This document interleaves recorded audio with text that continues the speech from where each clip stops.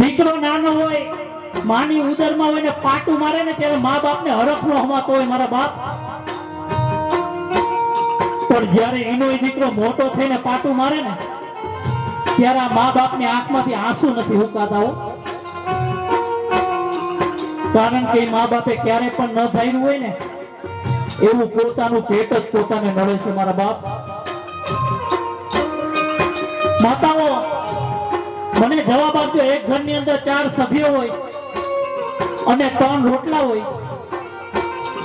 એક ઘરની અંદર 4 સભ્યો ને 3 રોટલા, તો પેલા કોણ કે મને આજે ભૂખ નથી, મારે આજે 11 છે, મારે આજે પૂનમ છે, કોણ કે માતાઓ? જોરથી બોલો, કોણ કે? માં. પોતે ભૂખી રહીને પોતાના સંતાનને જમાડે ને એનું નામ માં હો.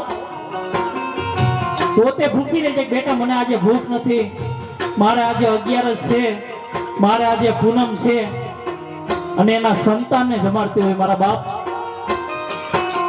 પણ જયારે એનો દીકરો મોટો થાય ને ત્યારે મા બાપને એમ કે તમને ન ખબર પડે. એનો દીકરો મોટો થાય એટલે માને એમ કે તને ન ખબર પડે મારી માં, તું સાઈડમાં બેસી જા મારી માં. ત્યારે માને બહુ દુઃખ થયું કે દીકરા મને નહોતી ખબર પડતી ને એટલે મેં તને 25 વર્ષનો કર્યો મારા બાપ. મને નહોતી ખબર પડતી એટલે મેં તને 25 વર્ષનો કર્યો. જો મને તેદી ખબર પડી ગઈ હોત ને કે તું મોટો થઈને મને આવા જવાબ આપીશ તો ક્યારનો તને અનાથ આશ્રમ ભેગો કરી દીધો મારા બાપ. અને માતાઓ મારી વાત સાચી લાગે ને તો મને તાળીઓથી વધાવી લેજો. વડીલો મારી વાત સાચી લાગે તો મને તાળીઓથી વધાવી લેજો કે આ સંસારની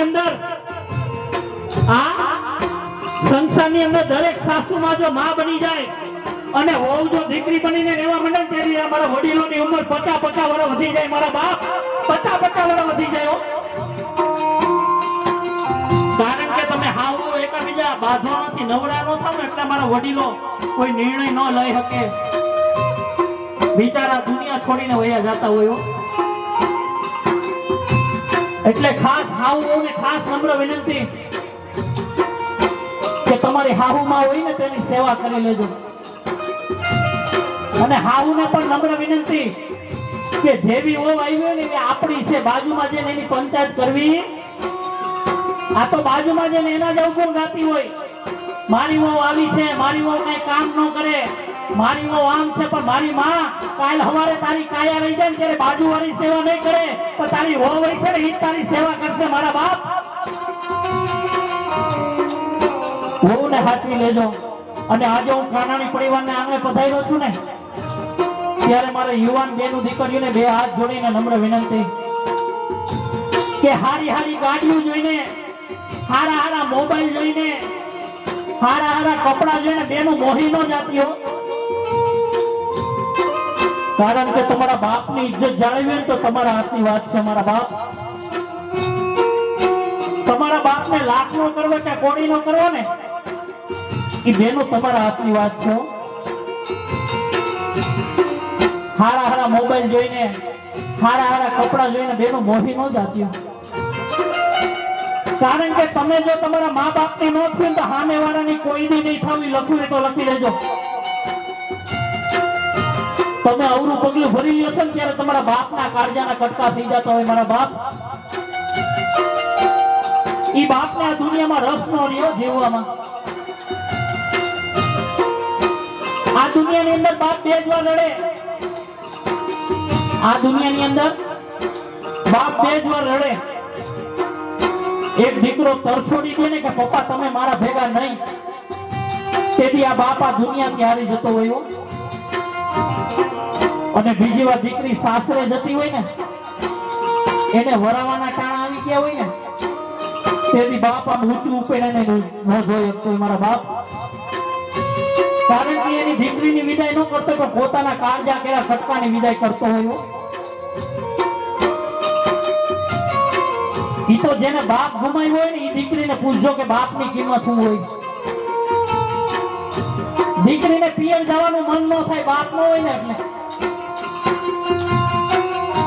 સાતમ આઠમ જેવો તહેવાર આવે ને અત્યારે ઘરની અંદર કોઈ યાદ ન કરે તો કઈ નહીં, પણ મારા જો રવજી દાદા ને કાંતા બાજુ હાજર હોય ને તો તરત જ એમ કે મારી દીકરી ભાવના ક્યાં ગઈ, હજી કેમ નથી આવી? આ બાપ દીકરીનો પ્રેમ છે.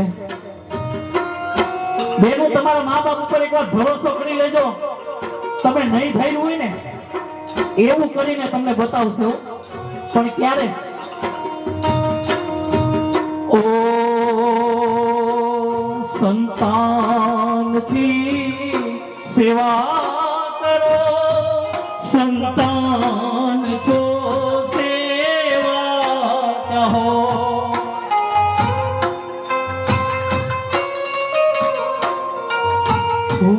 સંતાનથી સેવા કરો, સંતાનથી સેવા ચાહો.